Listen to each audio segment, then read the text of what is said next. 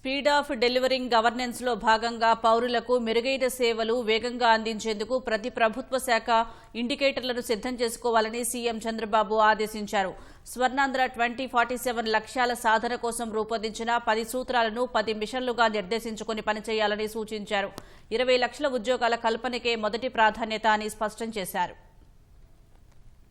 స్వర్ణాంధ్ర 2047 లక్ష్యాలు 10 సూత్రాల అమలుపై సచివాలయంలో సీఎం చంద్రబాబు ఆయా శాఖల నోడల్ అధికారులతో సమీక్ష నిర్వహించారు. మిషన్ ఫ్రేమ్వర్క్ రూపకల్పన, ఆయా ప్రభుత్వ శాఖలు మెరుగైన పనితీరు కోసం ముఖ్యమైన ఇండికేటర్లను గుర్తించి వాటికి అనుగుణంగా పనిచేయాలని సూచించారు. జీరో పావర్టీ మిషన్లో భాగంగా P4 విధానాన్ని ముందుకు తీసుకెళ్లటంతో పాటు వాటి అమలును విజన్ మానిటరింగ్ యూనిట్ల ద్వారా పర్యవేక్షించాలని తెలిపారు. ప్రభుత్వం చేపట్టే వివిధ సంక్షేమ పథకాల అమలుతో బీపీఎల్ కుటుంబాలకు ఎంత ప్రయోజనం కలిగిందో అంచనా వేయాలని సూచించారు. పాపులేషన్ మేనేజ్మెంట్ కు సంబంధించి ఓ విధానాన్ని రూపొందించాలని అధికారులకు దిశానిర్దేశం చేశారు. నైపుణ్యాలు, ఉద్యోగాల కల్పన అనేది అత్యంత ప్రాధాన్యత అంశంగా తీసుకోవాలని సూచించారు. మొట్టమొదటి ప్రాధాన్యతగా 20 లక్షల ఉద్యోగాలను కల్పించటమే లక్ష్యంగా పనిచేయాలన్నారు. నీటి వనరుల సమర్థ వినియోగంతో పాటు నీటి ఆడిట్ నిర్వహించాలని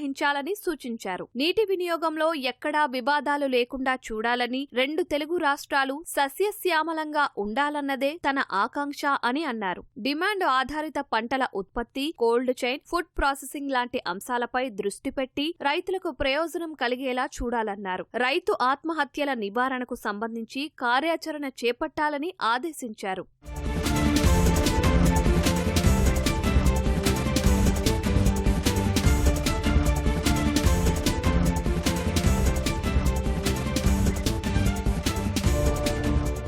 రాష్ట్రంలో రవాణా వ్యయాన్ని గణనీయంగా తగ్గించేలా లాజిస్టిక్స్ రంగాన్ని తీర్చిదిద్దాలని సీఎం స్పష్టం చేశారు. రోడ్లు, రైలు, అంతర్గత జల రవాణా, సీ కార్గో, ఎయిర్ కార్గో లాంటి అంశాలతో పాటు కోల్డ్ చైన్ లాంటి మౌలిక సదుపాయాల కల్పనకు లాజిస్టిక్స్ మాస్టర్ ప్లాన్ రూపొందించాలన్నారు. విద్యుత్, ఇంధన వ్యయాలు తగ్గించే అంశంపైన దృష్టి పెట్టాలని, ఉత్పత్తిదారు, వినియోగదారు అనే విధానంలో ఆలోచన చేయాలని సూచించారు. ఏపీలో తయారయ్యే ఉత్పత్తుల నాణ్యత అనేది కీలకమైన అంశమని, మేడ్ ఇన్ ఆంధ్ర బ్రాండ్ను ప్రపంచ వ్యాప్తం చేసేలా స్పష్టమైన విధానం ఉండాలని దిశానిర్దేశం చేశారు. స్వచ్ఛాంధ్రలో భాగంగా సర్క్యులర్ ఎకానమీని ప్రోత్సహించడంతో పాటు గాలి, నీటి నాణ్యతల్లో అత్యున్నత ప్రమాణాలు పాటించాలన్నారు. స్వచ్ఛాంధ్ర కార్యక్రమానికి కేంద్ర నిధుల్ని సమర్థంగా వినియోగించుకోవాలన్నారు. రాష్ట్ర వ్యాప్తంగా ఉన్న రెసిడెన్షియల్ హాస్టళ్లలో ఆర్గానిక్ కూరగాయలు ఉత్పత్తి చేయాలని ఆలోచన చేస్తున్నట్టు వెల్లడించారు.